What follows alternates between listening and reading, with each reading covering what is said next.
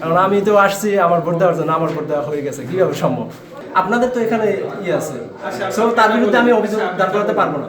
ঠিক আছে, তো আপনি কি ভোট দিতে আসছে? ভোট দিতে আমি আসছি ভোট দিতে, সো আইসে দেখি যে আমার ভোট দেওয়া হয়ে গেছে।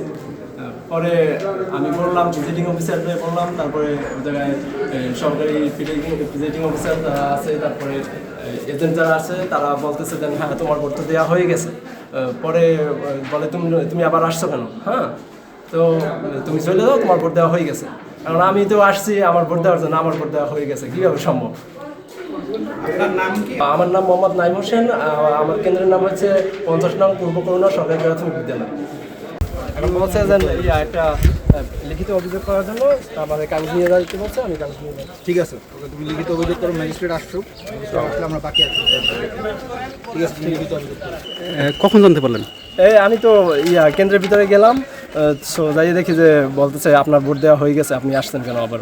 প্রিজাইডিং অফিসারের কোনো পদক্ষেপ নিয়েছে? হ্যাঁ, বলছে যে আপনি একটা লিখিত অভিযোগ করেন, সো আমরা দেখতেছি কি করা যায়, আপনি বসেন। আপনার কি নাম? আমার নাম মোহাম্মদ নাইম হোসেন। আপনি দেখেন যে ভোট দেওয়া হয়ে গেছে।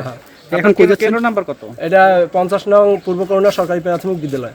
নাইম নামের একজন সে অভিযোগ করছে যে তার ভোট অন্য একজনে দিয়েছে, এবং সে যাকে সন্দেহ করতেছে তার নামও নাকি নাইম।